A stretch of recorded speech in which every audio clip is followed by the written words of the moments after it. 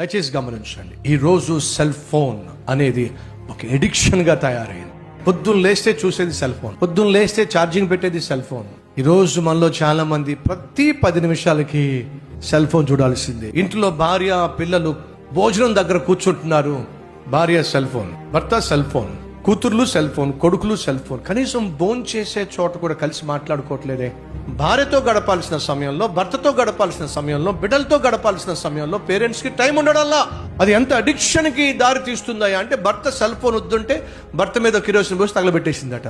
తల్లి తండ్రి వద్దున్నారని చెప్తే తుపాకీ తీసుకుని తల్లిని తండ్రిని కాల్చి పడేశారండి. ఈరోజు చిన్న వయసులో 9 సంవత్సరాలు 10 సంవత్సరాల వయసులో ఉన్న పిల్లలు కూడా బూత్ సినిమాలకు అలవాటు పడిపోతున్నారు.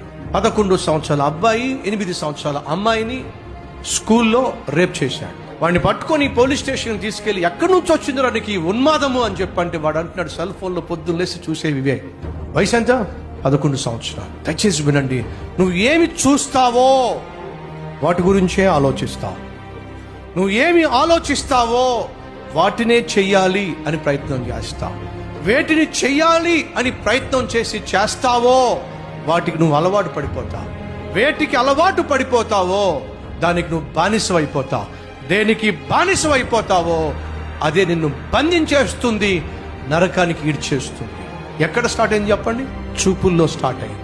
నీ కన్నులు తేటగా ఉన్నట్లయితే నీ దేహమంతయో వెలుగుమయమై ఉంటుంది. నీ కన్నులు అపవిత్రమైనట్లయితే ఆటోమేటిక్గా నీ శరీరం కూడా అపవిత్రమైపోతుంది. ఈరోజు అబ్బాయిలను కావచ్చు, అమ్మాయిలను కావచ్చు, అపవిత్రం చేసే, కళ్ళను అపవిత్రం చేసే భయంకరమైన ఆయుధం ఏంటో చెప్పండి? మీ అరచేతిలో ఉన్నటువంటి నరకం సెల్ ఫోన్.